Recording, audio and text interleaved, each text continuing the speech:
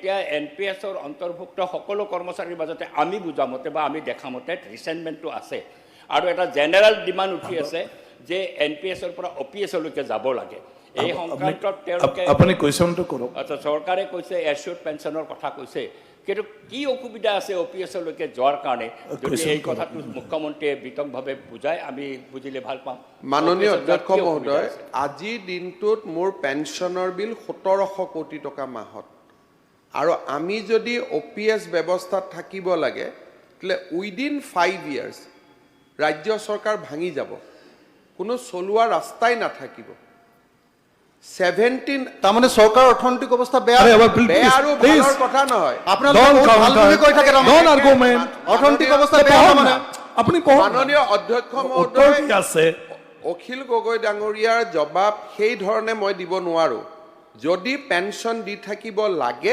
অৰ্থনীতি বেয়া হৈ যাব আজি বেয়া নহয় যদি OPSত আমি পেনশন দিব লাগে স্যালাৰি আমাৰ আজিৰ দিনত হল সে 2800 3000 পেনশন এই বছৰ আমাৰ হৈছে গৈ 1700 কোটি পাৰ মান্থ আৰু যদি 5 বছৰত তাৰ যিটো বেৰোমিটাৰ OPS মতে যদি দি থাকিব লাগে স্যালাৰিতকৈ পেনশনৰ বিল বাঢ়ি যাব মানুহৰ লাইফ এক্সপেক্টেন্সি বাঢ়ি গৈ আছে সেইটো কাৰণে ভাৰত চৰকাৰে সিদ্ধান্ত লৈছিল যে মানুহখিনিয়ে একে সুবিধা পাওক কিন্তু আমি টকাখিনি বেংকত ইনভেস্ট কৰি যাওঁ প্ৰথমৰ পৰা যাতে বেংকৰ পৰা আমি যেটো ইন্টাৰেষ্ট পাওঁ সেইখিনি দি কৰ্মচাৰীখিনিক চাব পাৰিম এতিয়া যিখিনি কথা আমি বুজাব খুজিছো এটা পক্ষৰ পৰা আপোনালোকে বুজিব নালাগে ইয়াত যেটো আমি ডেটা দিছো অসমত 4 লাখ কৰ্মচাৰী আছে 4 লাখ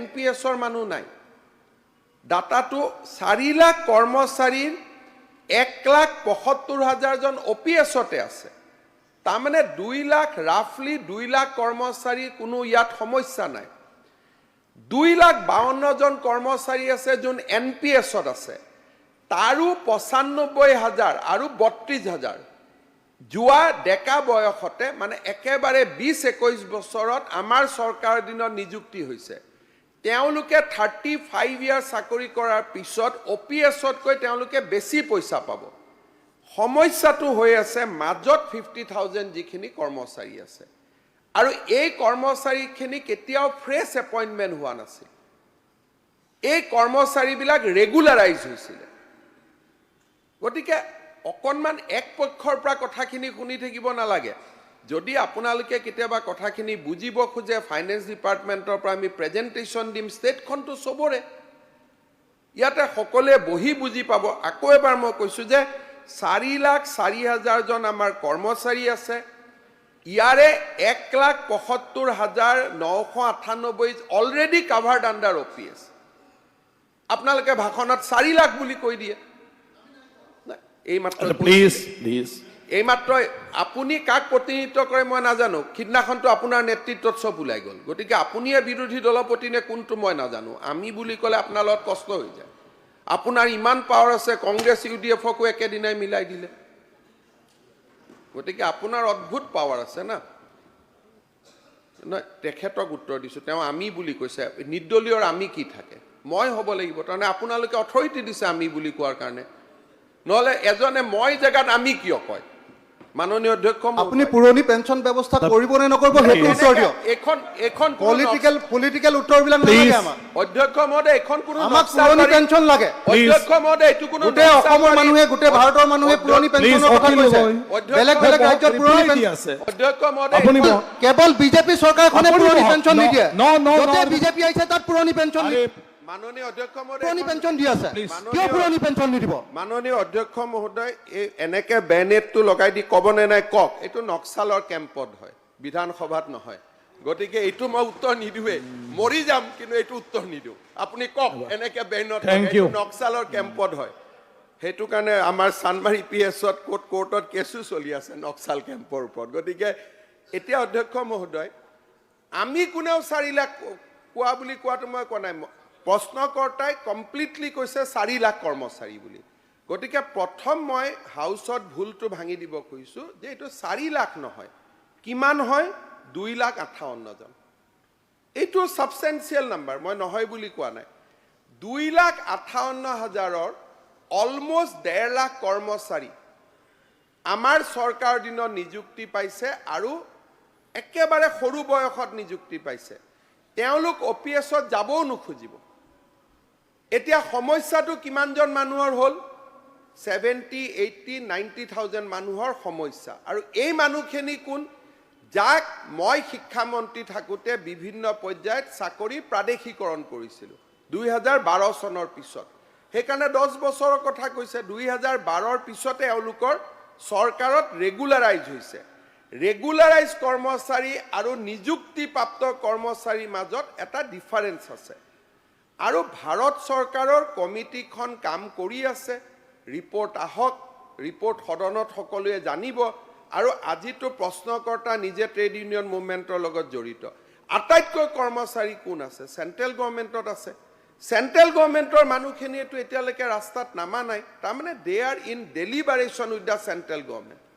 গতিকে আজি প্ৰশ্নকৰ্তাই ভাল কৰি জানিব যে ৰেলতোতো তেখেতৰে দলৰ ট্ৰেড ইউনিয়ন আছে, বেংকত তেখেতৰ দলৰ ট্ৰেড ইউনিয়ন আছে, আজি বিভিন্ন কেন্দ্ৰীয় চৰকাৰৰ কাৰ্যালয়ত তেখেতৰ দলৰ ট্ৰেড ইউনিয়ন আছে। তেওঁলোকতো আন্দোলনত নমা নাই। তাৰ মানে কি? যে ভাৰত চৰকাৰৰ লগত ক'বাত নহয় ক'বাত এটা সুন্দৰ আলোচনা চলি আছে। গতিকে আমি অলপ অপেক্ষা কৰিব লাগে। মই ইমান সংকল্প প্ৰস্তাৱতো কৈছিলোঁ যে আমি অলপ অপেক্ষা কৰা ভাল, ভাৰত চৰকাৰৰ কমিটিৰ ৰিপৰ্টটো কি হয়। আৰু কমিটিৰ ৰিপৰ্টটো যদি নিগেটিভ হয়, যোৱাবাৰো মই কৈছিলোঁ, তেতিয়া আমি হাউচত আকৌ এবাৰ বহিম। এই মানুহখিনিতো আমাৰে মানুহ। কিন্তু এনেকৈ আপুনি OPS কৰিব নে NPS কৰিব? তেনেকৈ থোৰে ৰাজহুৱা সেৱা চলিব? এইখনতো গভৰ্ণমেণ্টৰ মই মালিক নহয়। I am just A custodian of the government. আজি কংগ্ৰেছে উদ্ৰ কৰিছে, তেওঁলোকেওতো এইটোৰ লগতে আছিলে। ধন্যবাদ। Question number 200। স্যাৰ জাকিৰ মই হুছেইন সুধিব লস্কৰ। বিচাৰিছোঁ। হৈছে? স্যাৰ নাই হোৱা শ্ৰী স্যাৰ। জাকিৰ স্যাৰ হুছেইন অকমান লস্কৰ। স্যাৰ এটা ক'ব দিয়ক sir. No, it's a question now, not discussion. Sir, This is not the debate. Sir মুখ্যমন্ত্ৰী মহোদয়ে যিখিনি কথা ক'লে, তেখেতে পূৰ্বৰ চৰকাৰৰ অকল শিক্ষা বিভাগৰ নিযুক্তিটোক লৈ ক'লে। কিন্তু 1/1/2004 চনৰ পৰা স্যাৰ অল্ড পেঞ্চন স্কিম বাতিল হৈছে ভাৰত ৰত্ন অটল বিহাৰী বাজপেয়ী ডাঙৰীয়াৰ প্ৰধানমন্ত্ৰীত্বৰ কালচোৱাত।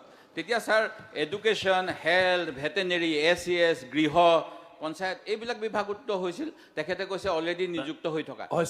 already তেখেতে জবাব দিলে। গতিকে স্যাৰ সেইবিলাক বিভাগৰ ক্ষেত্ৰত কিয় কণ্ট্ৰিবিউটৰি লৈ থকা হৈছে? Central government-ৰ কমিটিৰ recommendation পিছত সব হ'ব। আজিও স্যাৰ তেখেতে হ'ব, এইটো discussion আপোনালোকে পিছত ক'ব। এইখিনি কথা উত্তৰ দিব লাগে। কেতিয়াবা discussion অধ্যক্ষ মহোদয়, অসম গৌৰৱ তৰুণ গগৈৰ দিনত অসমত OPS লাগু হৈছিলে। ইয়াত ভাৰত ৰত্ন অটল বিহাৰী ভাৰত চৰকাৰৰ দিনতে হৈছে 1/1/2004 চনৰ পৰা। স্যাৰ সেইসকলক কিয় স্যাৰ কণ্ট্ৰিবিউটৰি কৰা হৈছে? সেইসকলক স্যাৰ কণ্ট্ৰিবিউটৰি ল'ব নালাগে। সেইসকলে স্যাৰ OPS পাব লাগে। স্যাৰ OPS দিয়াটো কৰিব লাগে স্যাৰ। OPSটো আনিব লাগে স্যাৰ। আপোনালোকে ready সেইটো হৈ উত্তৰ আহিলে দিব লাগে। জাকিৰ হুছেইন সিকদাৰ। মাননীয় অধ্যক্ষ কোনো মহোদয়, ৰেকৰ্ড মাননীয় অধ্যক্ষ মহোদয়, তৰুণ গগৈৰ নামটো কিয় কোনো লাগিলে? ৰেকৰ্ড এইটো কেন্দ্ৰৰ বিজেপি চৰকাৰৰ দিনত হৈছে। Don't display postcard. Please don't Tarun display. গগৈৰ OPS নামটো আমি কিয় don't গুচাই দিলো? display. এইটো ৰাজনীতি নহয় Question জানো? number মই প্ৰধানমন্ত্ৰীৰ দিনৰ কথা কৈছো। ভাৰত চৰকাৰৰ কথা আপুনি কৈ আছে। ভাৰত চৰকাৰৰ 1/1/2004 চনৰ শ্ৰী ৰূপেশ গোৱালা। সন্মানজনকভাৱে প্ৰধানমন্ত্ৰী শ্ৰী ৰূপেশ গোৱালা। আপুনি Cabinet is collective, sir. Cabinet is collective decision. Shri Rupesh Gowala. No. Shri Rupesh Gowala. Sir, আমি walk out কৰিছো। এফালে কোনো ৰেকৰ্ডত নাযায়। মোদী ডাঙৰীয়া দিনত যদি তাত OPS লগাব পাৰে তেতিয়া তৰুণ গগৈ কেলে শ্ৰী ৰূপেশ OPS লগালে গোৱালা। তেতিয়ালে? ৰূপেশ গোৱালা এবচেণ্ট। অধ্যক্ষ ডাঙৰীয়া, যিসকলে OPS বিচাৰে সেইসকল Honorable Minister. বাহিৰত কওক, এইটো বাহিৰৰ কাম। No, Ukhil Gogoi, this is not inside the house. You go outside. Supplementary. মাননীয় অধ্যক্ষ মহোদয়, আজি এটাই কথা যে OPS আৰু NPSৰ ওপৰত আমি গোটেই কথাখিনি কৈছোঁৱেই। যোৱাকালিয়ে ফেচবুকত ডিচাইড কৰি লৈছে আমি সদন ত্যাগ কৰিম। এইবিলাক আচলতে সদনৰ বিশেষাধিকাৰ ভংগ। সদনত কি হ'ব আগদিনাখনেই মানুহে গম পাই যায়। এইটো যোৱাকালিয়ে ফেচবুকত কথা বতৰা পাতি হৈ গৈছে, কাৰ কাৰ কি কমেণ্ট আছে, কি কমেণ্ট দিয়ক। আৰু অসমত OPS তৰুণ গগৈ চৰকাৰে প্ৰৱৰ্তন কৰিছে, কোনো বিজেপি চৰকাৰে প্ৰৱৰ্তন কৰা নাই। Honorable Sir, member. sir, Honorable, please. Sir, আমি No, ৰৈ no, গৈছো, এটা কথা no আপুনি debate. No debate, no discussion. please allow. আপুনি বহক। মুখ্যমন্ত্ৰী No, reply please, দিব। ৰূপেশ, আপুনি বহক। ছাৰ, এটা কথা ক'ব নাই, নাই, লাগিব আমাৰ আপুনি পাৰ্টিৰ বহক। ফালৰ পৰা Please, no. যিসকলে Please, OPS বিচাৰে সেইসকলক ৰূপেশ, OPS দিয়ক, আৰে, এইটো কোনোবাই হৈ যদি গ'ল। NPS বিচাৰে এইটো হৈ গ'ল। সেইসকলক NPS দিয়ক, এইটো হৈ গ'ল। This is Option not দিয়ক। discuss.